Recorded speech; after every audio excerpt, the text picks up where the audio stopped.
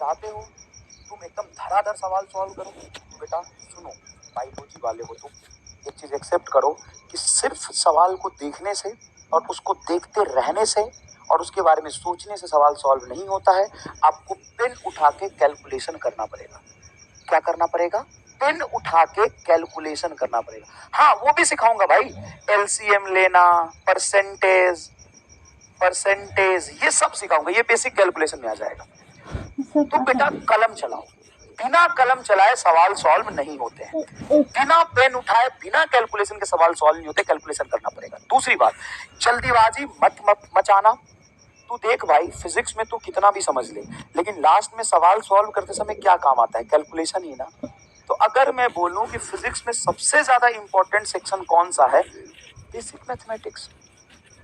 जब तक आपका बेसिक मैथमेटिक्स, बहुत बच्चे मुझे क्रिटिसाइज करते हैं, गाली देते हैं, अरे पागल आदमी है, 10-12 लेक्चर में बेसिक मैथ पढ़ाता है। एक बात बताओ, काइनामेटिक्स में, लॉज ऑफ मोशन में, वर्क एनर्जी पावर में, रोटेशन में, इलेक्ट्रोस्टैट में क्या काम आता है? कैलकुलेशन।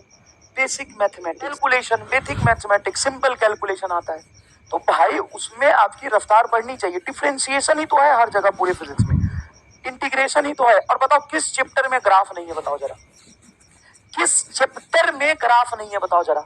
सर हर चैप्टर में ग्राफ आता है, हर चैप्टर में ग्राफ आता है।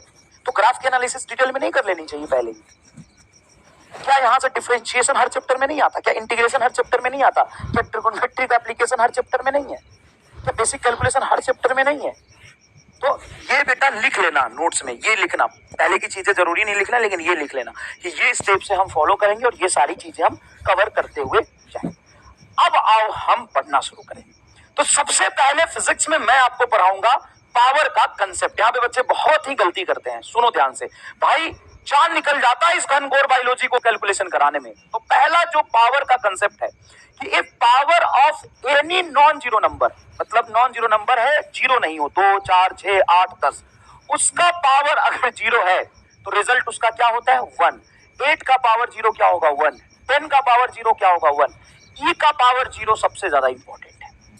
अब बोलते सर ई क्या होता है?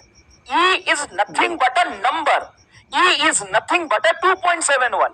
2.71 का पावर अगर जीरो हो तो क्या हो जाएगा? 1।